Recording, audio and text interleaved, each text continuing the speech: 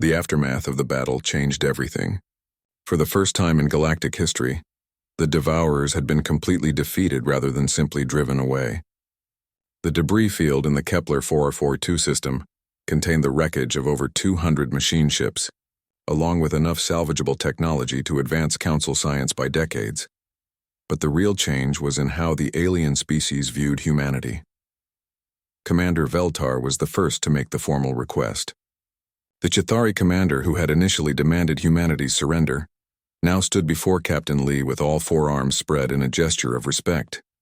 "Captain Lee," Veltar said through his translator, "the Chitauri Collective formally requests permission to study human military doctrine.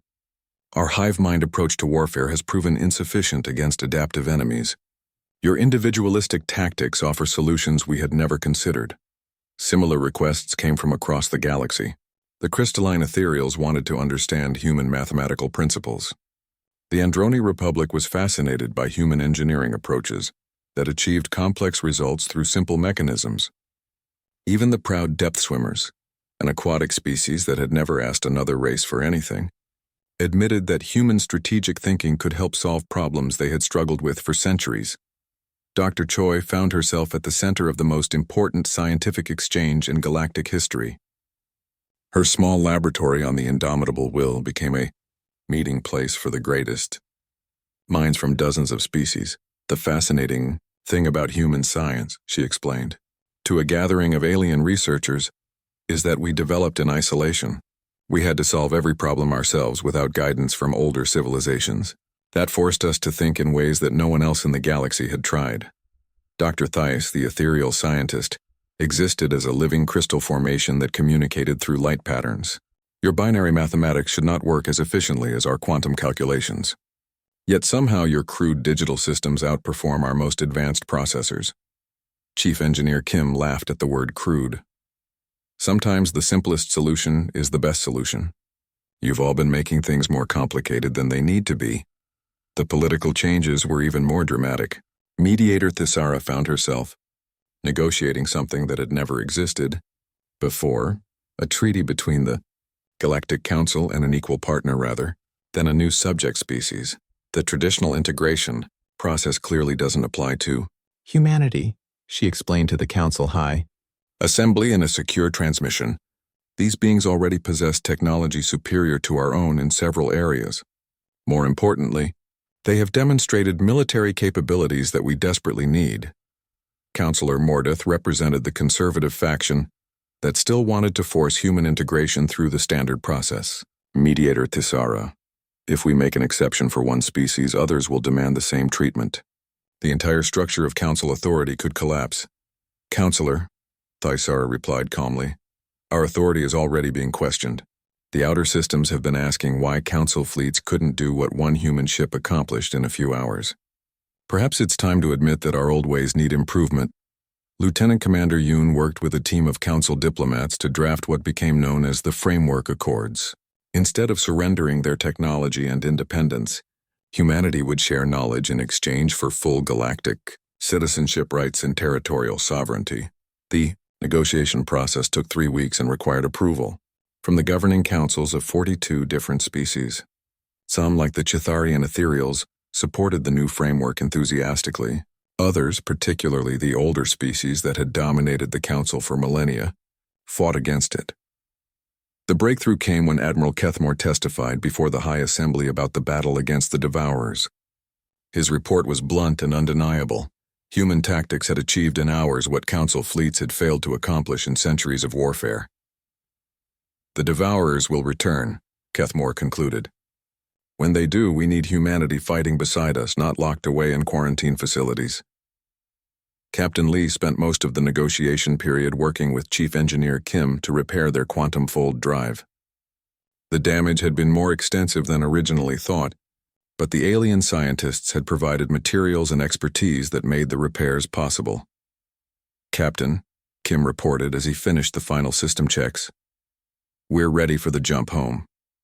Though I have to say, after everything we've learned here, Earth is going to feel pretty small."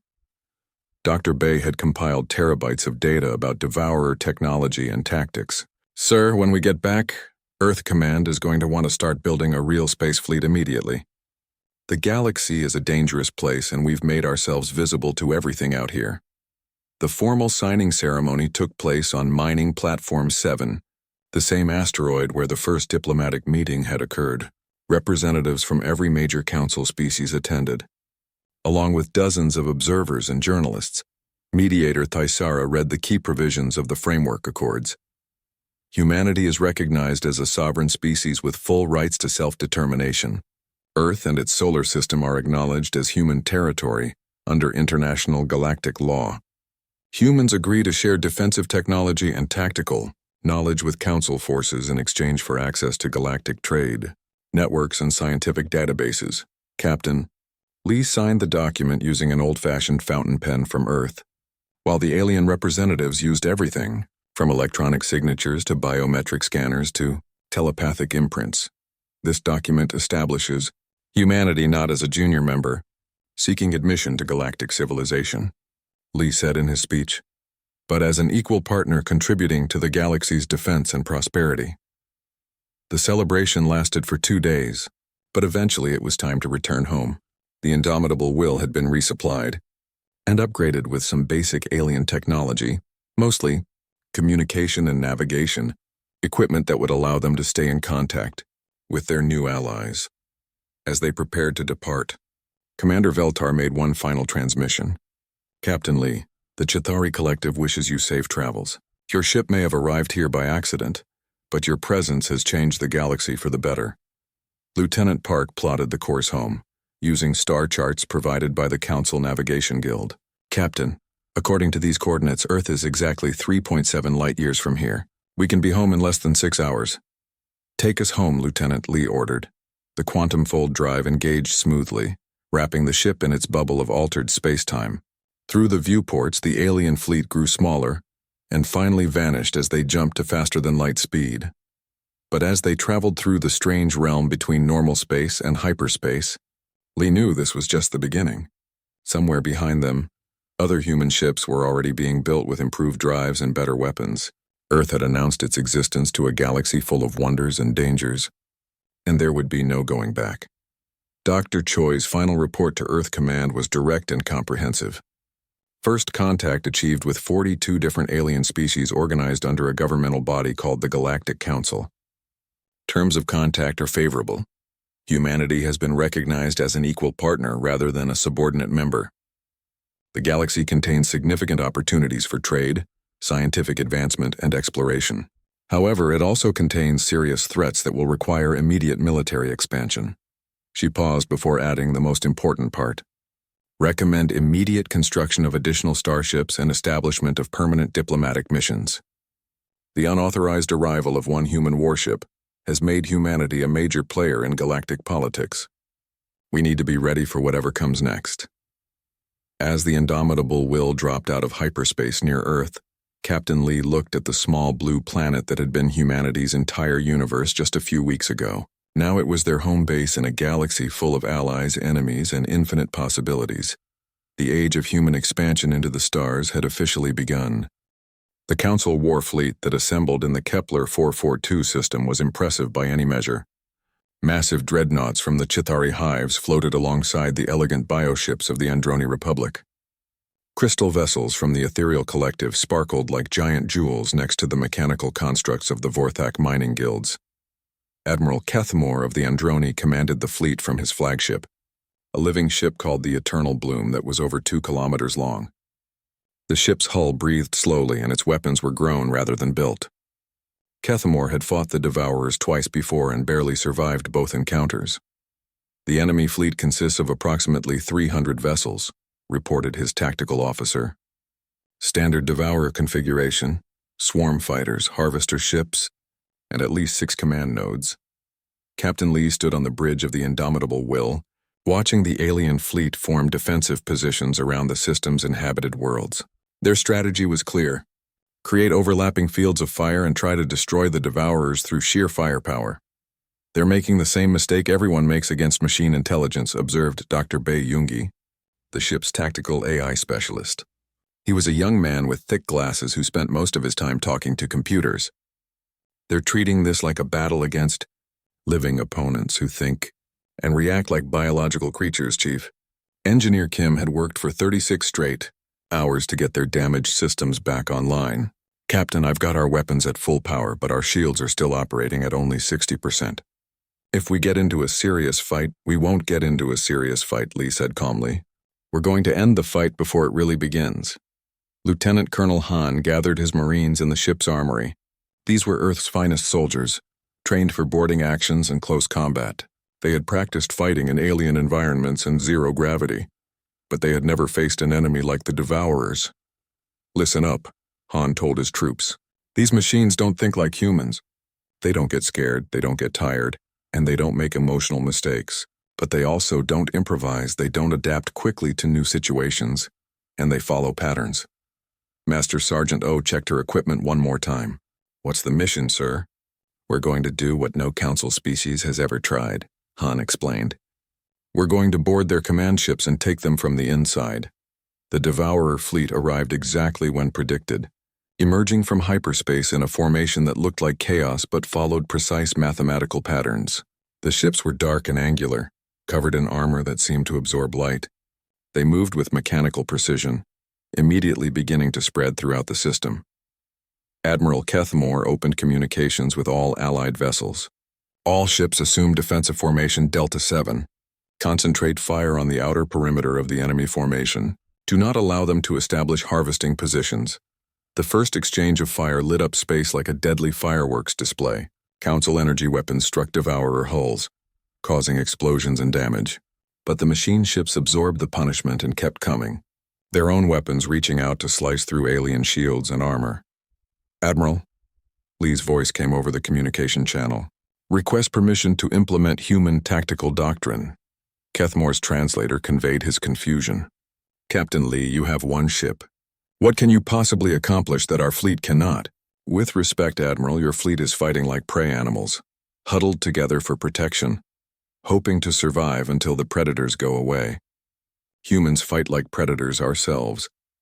Before Kethmore could respond, the indomitable will broke formation and accelerated directly toward the center of the Devourer fleet. Every alien commander watched in horror as the human ship dove into what looked like certain destruction. But Dr. Bay had spent the last 18 hours analyzing Devourer communication patterns, and he had discovered something important. Captain, they're not as independent as they appear. Each swarm is controlled by a command node, and the command nodes report to a central intelligence hidden somewhere in their fleet. Can you identify the central intelligence? Lee asked. I think so. It's the ship that's hanging back from the main battle, the one that's just watching and coordinating. If we can take out that ship, Lieutenant Park plotted a course that would take them through the heart of the enemy formation. Sir, this is going to be very dangerous. We'll be taking fire from every direction. That's exactly what I'm counting on, Lee said with a grin that his crew had learned to recognize. It meant their captain had thought of something that was either brilliant or completely insane. The indomitable will twisted and dove between Devourer ships like a fighter plane rather than a capital vessel. The aliens had never seen maneuvers like this. Council ships were powerful but slow, designed to fight in organized formations with predictable tactics. Machine weapons reached out for the human ship, but Lee was using Earth's knowledge of chaos mathematics to make their course impossible to predict. The ship jinked and rolled, avoiding most of the incoming fire while its own weapons struck at critical systems on the Devourer vessels. We're taking damage to decks 4 and 7, reported Chief Engineer Kim, but all critical systems are still operational. The real surprise came when they reached the enemy command ship. Instead of trying to destroy it with weapons, the indomitable will used its forward docking clamps to attach directly to the alien hull. Boarding parties, go, Lieutenant Colonel Han ordered. Human Marines in advanced combat armor cut through the Devourer ship's hull and poured inside. What they found was like nothing in their training. Corridors filled with mechanical creatures and computer systems that tried to fight back with robotic defenders. But Master Sergeant O and her team had trained for urban warfare in the ruins of cities destroyed by war. Fighting inside a hostile spacecraft was just urban warfare in 3 dimensions. They used explosives to create new corridors, moved through ventilation systems to avoid defenses, and struck at critical targets with precision and speed. Dr. Bay had given them specific objectives: Find the central processing core and plant electromagnetic pulse charges that would shut down the ship's higher functions. It sounded simple, but the Devourer ship was actively trying to kill them. Meanwhile, outside, the Council fleet was watching in amazement as the Devourer formation began to fall apart. Ships that had been moving in perfect coordination started to drift out of position. Some began firing at each other instead of at their targets. "What's happening?" Admiral Kethmore asked his tactical officer. "The humans have somehow disrupted their command structure. The enemy fleet is losing coordination." 20 minutes after the boarding action began, Master Sergeant O's voice crackled over the radio. "Package delivered. Get us out of here." The Marines fought their way back to their entry point and were retrieved just as the Devourer command ship began to shut down. Without central coordination, the machine fleet became a collection of individual ships with no overall strategy. The Council fleet took advantage of the confusion to launch a coordinated attack that destroyed most of the remaining Devourers. The few ships that survived fled back into hyperspace, leaving behind only debris and the amazed silence of the alien commanders. Captain Lee received a communication request from Admiral Kethmore. When the alien commander appeared on his screen, his blue skin showed patterns that indicated deep respect. "Captain Lee," Kethmore said formally, "in 300 years of service, I have never seen tactics like those your species employed today.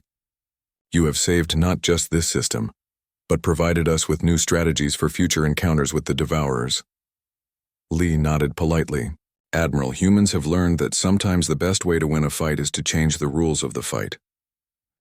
The arrival of Mediator Thaisara changed everything. Her ship was unlike the military vessels that had been surrounding the humans. It was elegant and white, covered in symbols that seemed to shift and change as you looked at them. Thaisara herself was tall and graceful, with silver skin and 4 arms that moved like flowing water. She had been chosen for this mission because of her expertise in dealing with difficult first-contact situations. In her 500 years of life, she had successfully integrated dozens of new species into the Galactic Council. But the humans were presenting problems she had never encountered before. "Captain Lee," she said over the communication channel, her voice calm and musical. "I am Mediator Thaisara. I have come to resolve this situation peacefully. May I suggest we meet face-to-face?" Lee considered the offer carefully. His chief of security, Lieutenant Colonel Han Seojin, was strongly against it. "Sir, this could be a trap. Once you're on their ship, they could take you hostage." But Dr. Choi argued the opposite. Captain refusing to meet would be seen as hostile. Besides, if they wanted to capture us, they could probably do it by force. They outnumber us 50-1. Lee made his decision. "Tell the Mediator I'll meet with her, but on neutral ground. Suggest we use one of the mining stations in the outer system." The meeting took place on Mining Platform 7, a massive structure built into an asteroid. The platform was operated by the Vorthok, a species that looked like walking trees with crystalline branches for hands. They agreed to host the meeting because they had no political interest in the outcome. Lee arrived with a small team: Dr. Choi, Lieutenant Commander Yoon, and 2 Marines for protection. Master Sergeant Oh Youngmin was one of the Marines, a tough woman who had served in 3 different Earth conflicts. She stayed alert but tried not to look threatening. Thaisara brought her own team of experts. There was Dr. Kelvani, a Chitari scientist who studied alien technology. Counselor Mordeth represented the political interests of the Council. Most interesting was Dr. Zenth, a being made of pure energy who existed inside a mechanical body. The meeting room was large and circular, with chairs designed for many different types of alien bodies. Lee sat across from Thaisara, while their teams arranged themselves around the table. "Captain Lee," Thaisara began, "your species presents us with a fascinating puzzle. According to all our records, Earth should be inhabited by primitive mammals that have barely discovered fire. Yet here you are, traveling between stars with technology we don't understand." Dr. Choi leaned forward. "How long have you been watching our solar system?" Dr. Kelvani answered with clicking sounds that the translator turned into words. "We established a monitoring post in your outer solar system, approximately 12,000 of your years ago. The last report showed early humans living in small tribes and hunting large animals with stone weapons. That information shocked the human team. 12,000 years ago, humans were just beginning to develop agriculture. The aliens had been watching Earth since before the pyramids were built. Why didn't you make contact then? Lieutenant Commander Yoon asked. Counselor Mordeth, who looked like a large jellyfish floating in a water-filled suit, spoke in a voice like ocean waves. The Galactic Council has learned that early contact with primitive species usually results in cultural contamination or complete social collapse. We wait until species develop faster than light travel naturally, then we guide them into galactic civilization. But that never happened with humans, Thaisara continued. According to our monitors, you should still be centuries away from space travel. Instead, you somehow developed quantum fold technology without anyone noticing. Dr. Choi exchanged glances with her team. They had prepared for this question. Our development was unusual. Humans tend to approach problems differently than other species might. Dr. Zenth's mechanical body leaned forward, energy crackling around his artificial limbs. Show us your mathematics. How did you solve the quantum fold equations? What followed was 3 hours of technical discussion that left most of the alien experts confused and amazed. Human mathematics was based on different principles than galactic standard. Where most species used complex energy manipulations, humans had found ways to achieve the same results with simple mechanical solutions. This is impossible, Dr. Kelvani said finally.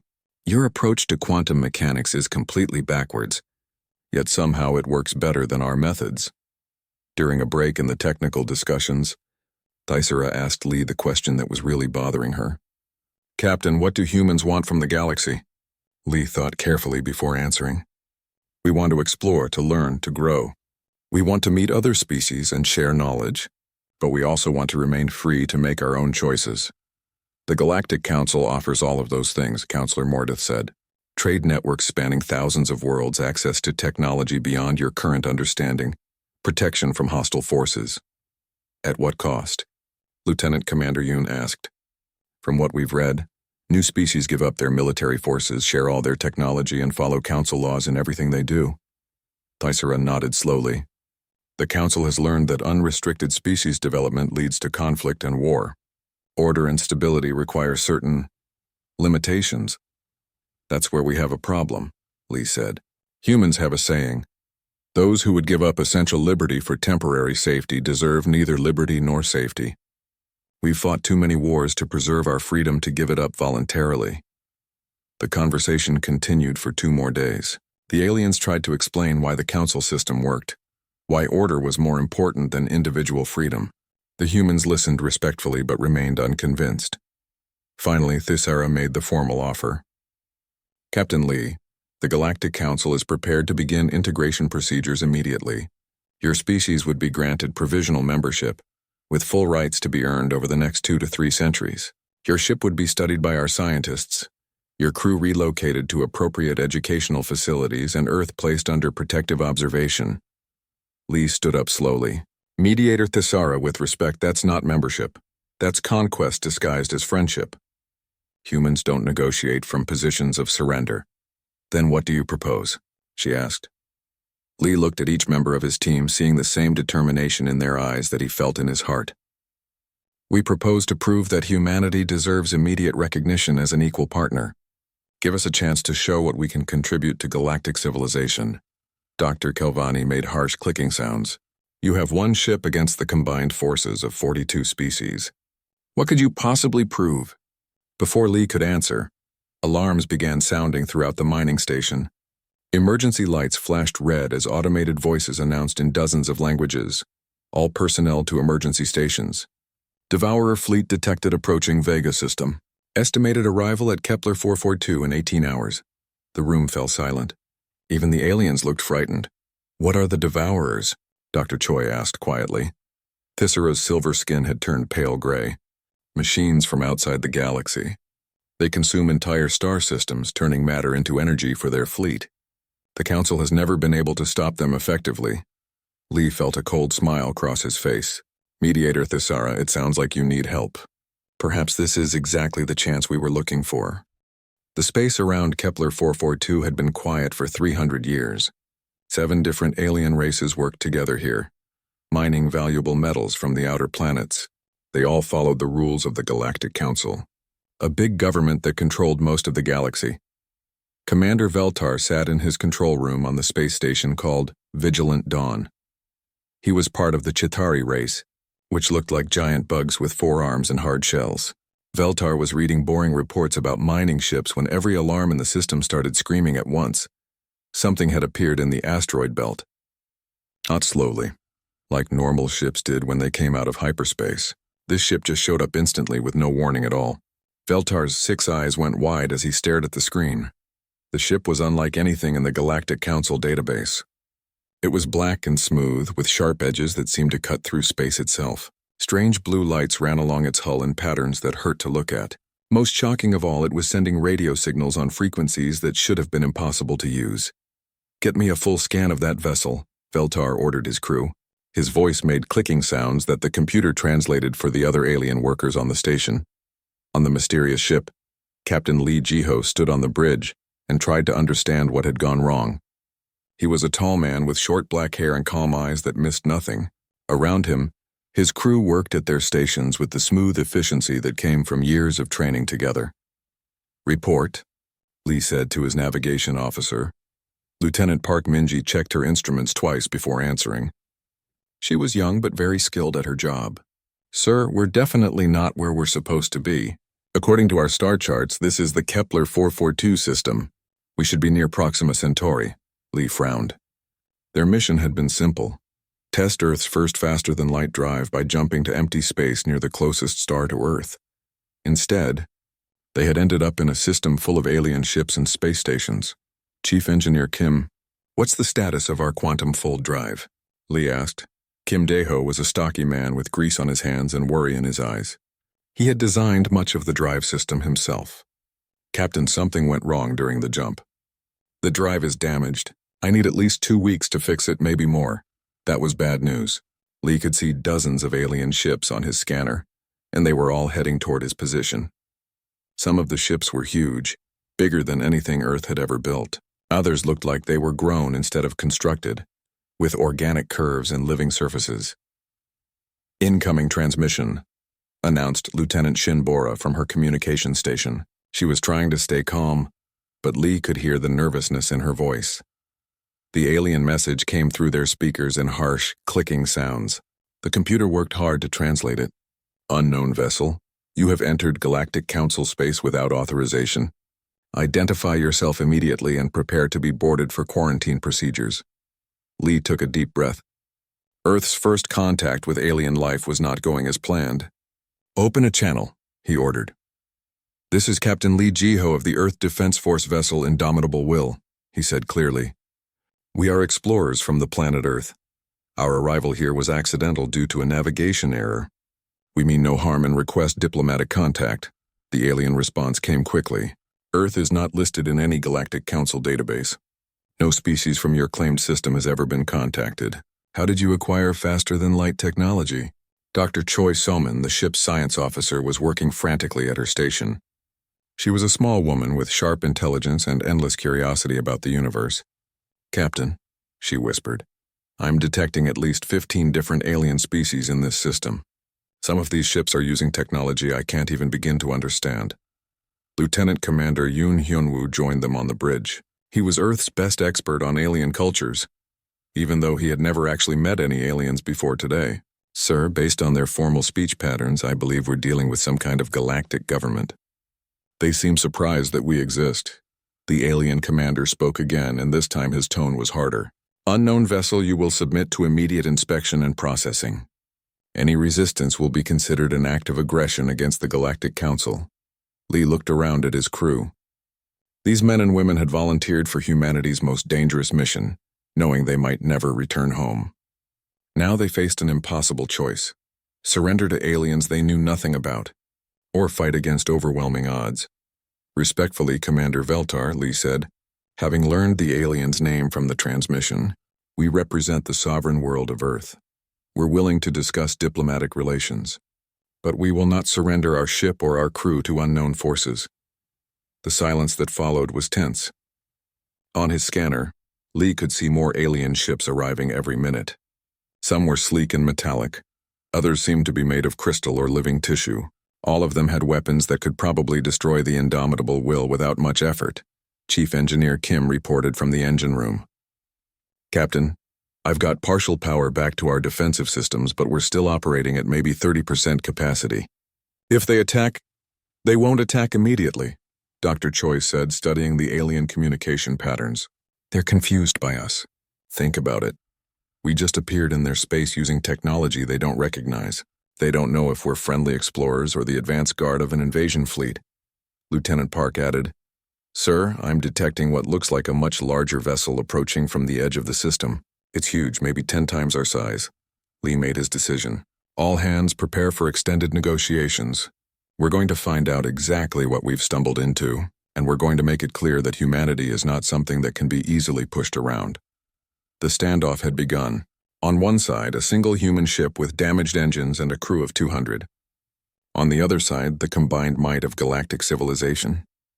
Neither side knew that this moment would change the galaxy forever. Commander Veltar studied the strange human ship on his screens. These creatures had somehow developed faster than light travel without anyone noticing. Their technology was completely unknown, their intentions unclear. But one thing was certain: the peaceful routine of the Kepler 442 system was about to end. Commander Veltar had never faced a situation like this in his 300 years of service. The Galactic Council had very clear rules about first contact with new species. Any race that could travel between stars should have been discovered long ago, when they were still using primitive rockets and radio signals. The monitoring stations scattered throughout the galaxy were supposed to detect every species as soon as they developed basic technology. Then the Council would make contact, offer guidance, and slowly bring them into galactic civilization. It was a process that took centuries and had worked perfectly for thousands of years. But these humans had somehow skipped all of that. They had appeared from nowhere with a ship that used unknown technology. Their computers worked on mathematical principles that seemed impossible. Even their radio signals were being sent on frequencies that most races couldn't even detect. "Send the standard first contact package," Veltar ordered his communications officer, a tall, blue-skinned androni named Kesaval. "Include basic mathematics, star charts, and the fundamental laws of the Galactic Council." On the human ship, Dr. Choi was working with Lieutenant Shin to decode the massive data package the aliens had sent them. The mathematics was familiar, but the star charts showed a galaxy filled with intelligent life. According to the alien data, there were over 40 different species in the Galactic Council, controlling thousands of star systems, Captain, Dr. Choi said, her voice filled with amazement. "They're showing us a map of the entire galaxy. Look at this. Earth isn't even marked on their charts. As far as they know, our solar system is empty space." Captain Lee studied the information carefully. The implications were staggering. Earth had always wondered if they were alone in the universe. Now they knew they weren't just not alone. They were surrounded by a vast galactic civilization that had never noticed them. Lieutenant Commander, Yoon was reading through the legal documents the aliens had included. His face grew more worried with each page. "Sir, according to these laws, any species that develops faster than light travel without council oversight is considered a potential threat. They have the right to quarantine us indefinitely." The word quarantine made everyone on the bridge uncomfortable. It sounded too much like imprisonment. "What exactly does quarantine mean?" Lee asked. Yoon continued reading. "Complete isolation until we can be properly studied and evaluated. Our technology would be confiscated, our crew relocated to a research facility, and Earth would be placed under council supervision until they decide we're safe." Chief Engineer Kim's voice came through the communication system from the engine room. "Captain, I'm detecting some kind of scanning beams hitting our hull. Very sophisticated. They're trying to analyze our armor and weapon systems." Dr. Choi frowned at her instruments. "They're not just scanning our technology. I think they're also trying to scan us. Our biology, our brain patterns, maybe even our intentions." Outside the ship, more alien vessels continued to arrive. Lee could see ships from at least a dozen different species now. Some looked like living creatures with wings and tentacles. Others were geometric shapes that seemed to exist in more than 3 dimensions. A few appeared to be made of pure energy, held together by invisible forces. Commander Veltar received the scanning reports from his science team. What they found made no sense at all. The humans appeared to be a typical carbon-based species, similar to dozens of others in the Council. But their ship's technology was completely revolutionary. Their computer systems use something called binary code, reported Dr. Thess, a crystalline being from the ethereal race. It's incredibly primitive in concept, but they've somehow made it work faster than our most advanced quantum processors. The ship's weapons were equally puzzling. Instead of the standard energy beams used by most council species, the humans had something called kinetic projectile systems. Basically, they threw pieces of metal at very high speeds. It seemed crude, but the math showed these weapons could be incredibly destructive. Most disturbing of all was their engine system. The quantum fold drive created a bubble around the ship that allowed it to move faster than light, without actually entering hyperspace. No one had ever thought such a thing was possible. "Commander," Keseval announced, "we're receiving another transmission from the human vessel." Captain Lee's voice came through clearly, even though the translator was still struggling with some of the words. "Commander Veltar, we've reviewed your information package. We're grateful for the welcome to galactic civilization. However, we have some concerns about your quarantine procedures." Veltar activated his communicator. "Captain Lee, the quarantine process is for your own protection as much as ours. New species often struggle to adapt to galactic society without proper preparation." "We understand your caution," Lee replied. "But from our perspective, you're asking us to give up our freedom and our technology to people we just met. That's not something humans do easily." The conversation continued for several hours. Veltar tried to explain the benefits of council membership: access to advanced technology, protection from hostile species, trade opportunities across thousands of worlds. Lee listened politely but kept returning to the same point. Why should humanity trust an organization they had never heard of? Dr. Choi made an important discovery while monitoring the alien communications. "Captain, they're not all agreeing with each other. I'm detecting at least 3 different conversations happening between the alien ships. Some of them think we should be treated as honored guests. Others want to arrest us immediately." Lieutenant Commander Yoon had been studying the political structure described in the alien documents. "Sir, the Galactic Council isn't a democracy. It's more like a very old empire. The oldest species make the decisions, and newer species have to follow their rules. Humans would be at the bottom of the hierarchy for centuries, maybe forever." That information changed everything for Lee. Earth had fought too many wars against empires and dictatorships to voluntarily join another one. "Commander Veltar," Lee said over the radio, "we appreciate your offer of membership in the Galactic Council, but we're not interested in becoming junior partners in someone else's empire. We propose a different arrangement: trade and cooperation between equals." The silence that followed lasted for almost 10 minutes. When Veltar finally responded, his voice was cold. "Captain Lee, the Galactic Council does not negotiate with unrecognized species. You have 2 choices: submit to proper integration procedures or be classified as a hostile force." Lee looked around at his crew. Every face showed the same determination he felt. Humanity had not come this far to surrender their freedom to aliens, no matter how advanced they were. "Commander Veltar," Lee said calmly, "we choose a 3rd option. We propose to prove that humanity deserves recognition as an equal partner, not a subjugated member." The response from the alien fleet was immediate. Weapons systems powered up across dozens of ships. The peaceful first contact was about to become something much more dangerous.